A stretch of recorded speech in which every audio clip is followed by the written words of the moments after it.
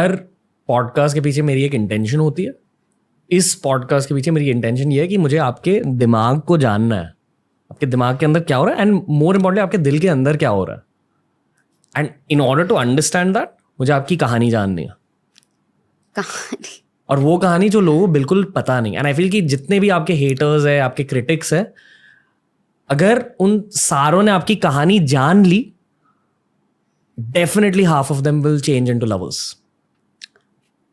Easy नहीं था. मतलब father was very conservative, mother was very young. जब उनको 25 साल में होती है उनके 5 बच्चे हो गए थे.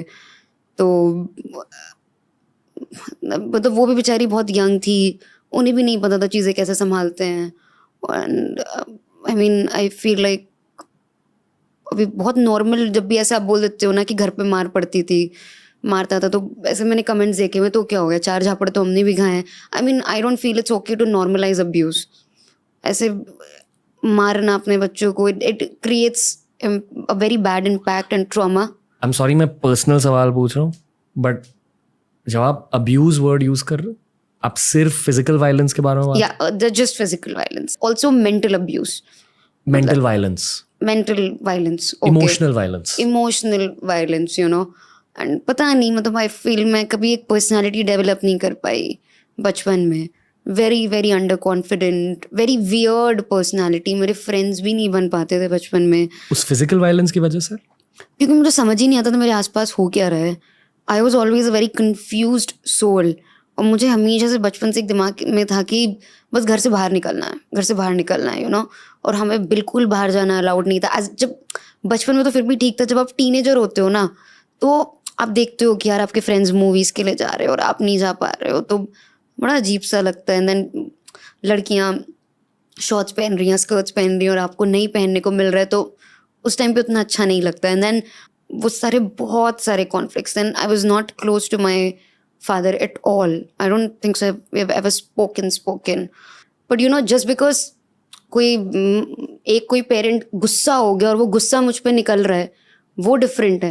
एंड आई थिंक आप मार के समझाओगे किसी बच्चे को, वो भी इतना मार के कि वो बेहोश हो जाए, तो फिर क्या ही समझ आने वाला है बच्चे को. बेहोश हुए तो बेहोश ऐसे मैं तो नहीं, या मतलब sometimes we just used to faint while he was hitting us, or just become unconscious. It used to be like that. Like, it was extreme.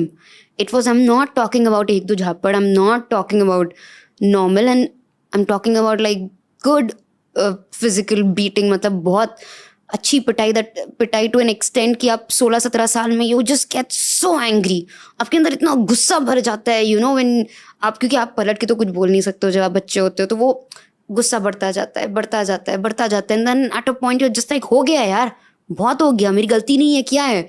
और फिर गलती हो भी ना, जब बच्चा बड़ा हो जाता है, आप उस पर हाथ उठाते हो तो बहुत नेगेटिवली अफेक्ट करता है. आई फील कि अगर लड़कों की बहुत ज़्यादा पिटाई होती है, वो या तो स्कूल में या कॉलेज में जाकर पिटाई करता है किसी और की, या तो खुद एक दिन फैमिली की पिटाई करने लगता है. होता है. लड़कियों के साथ ये नहीं होता. नहीं होता है, पर उस स्केल पर जैसे पिटाई विटाई नहीं है.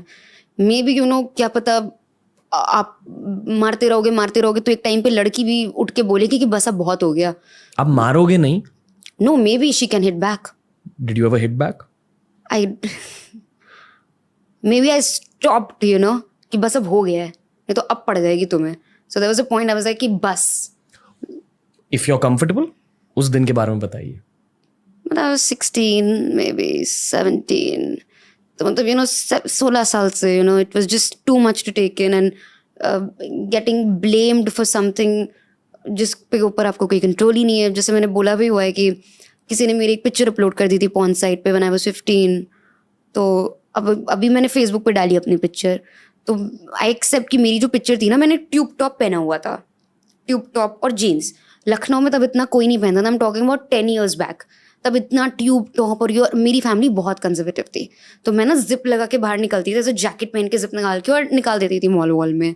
मुझे अच्छा लगता था ये सब पहनना, तो मैंने पिक्चर खिंचवा के फेसबुक पे डाल दी थी. And someone took that picture from Facebook and uploaded it as it is.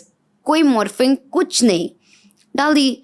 अब पता चल गया घर वालों को, मतलब स्पेशली मेरे फादर को, तो बस मतलब बहुत मारपीट हुई और विक्टिम ब्लेमिंग, किसी की गलती है, खानदान का नाम खराब कर दिया, ये कर दिया, वो कर दिया, इसने तो पूरा नाम डुबा दिया, कहीं का नहीं छोड़ा, अब मैं सुसाइड कर लूँगा, ये कर लूँगा पूरे खानदान में। आई एम लाइक, मेरी गलती क्या है?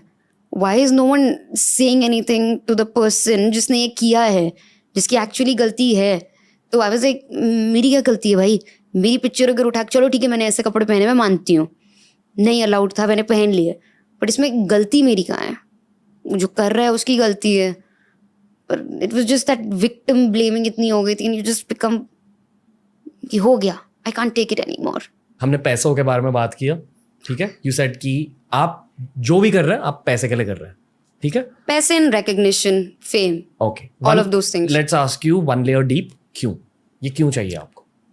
जब मैंने अपना घर छोड़ा था ना, मैंने अपने मन में ठान ली थी कि जितने रिश्तेदार हैं जिन्होंने आज मुझे पॉर्न स्टार बोला है, ये सब एक ना एक दिन मेरे पास वापस आएंगे, मुझसे माफ़ी मांगेंगे, और मेरे मतलब जितने भी लोग थे, मैंने अपने मन में ठान लिया था कि कुछ ऐसा करना है कि ये सब पछताएंगे, दे विल रिग्रेट इट कि why did I do this to Urfi, हमने क्यों ऐसा किया इसके साथ। सो ये मेरे मन में था, that I have to prove this to everyone.